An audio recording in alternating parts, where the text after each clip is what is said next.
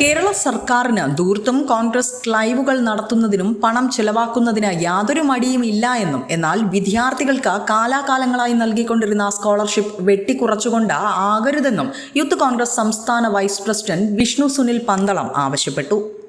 വിദ്യാർത്ഥികളുടെ സ്കോളർഷിപ്പ് വെട്ടിക്കുറച്ചതിൽ പ്രതിഷേധിച്ച് ധനകാര്യമന്ത്രിയുടെ കോലം കത്തിച്ച പ്രതിഷേധത്തിനിടെയായിരുന്നു അദ്ദേഹം നയം വ്യക്തമാക്കിയത്.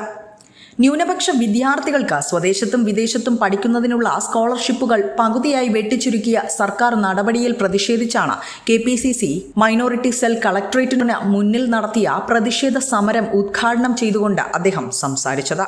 പ്രതിഷേധത്തിൽ ധനകാര്യമന്ത്രി KN ബാലഗോപാലിന്റെ കോലം കത്തിച്ചാണ് പ്രതിഷേധം അറിയിച്ചത്. Joseph Mundassery scholarship, APJ Abdul Kalam scholarship, Mother Teresa scholarship തുടങ്ങി 9ഓളം സ്കോളർഷിപ്പുകളാണ് സംസ്ഥാന സർക്കാർ പകുതിയായി വെട്ടിച്ചുരുക്കിയത്. 50% മൈനോറിറ്റി സ്കോളർഷിപ്പ് വെട്ടിച്ചുരുക്കിയിരിക്കുന്നത്.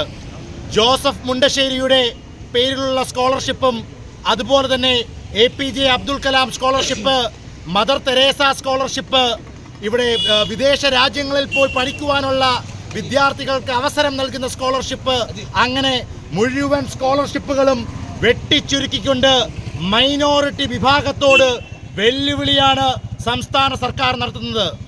ഇവിടെ സർക്കാരിൻ്റെ കയ്യിൽ ധൂർത്തും അഴിമതിക്കും പൈസയുണ്ട്. ഏകദേശം 9 മാസത്തോളമായിട്ട് 7,40,00,000 രൂപയാണ് ഹെലികോപ്റ്റർ വാടകയ്ക്കായി സംസ്ഥാന സർക്കാർ ചെലവാക്കിയത്. KPCC മൈനോറിറ്റി സെൽ കൊല്ലം ബ്ലോക്ക് പഞ്ചായത്ത് നിയാസ് അൻസാർ അധ്യക്ഷത വഹിച്ചു.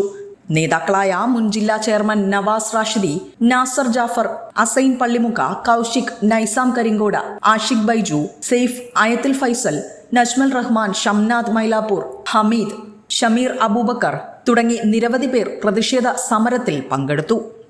വിസ്മയ ന്യൂസ് ബ്യൂറോ, കൊല്ലം.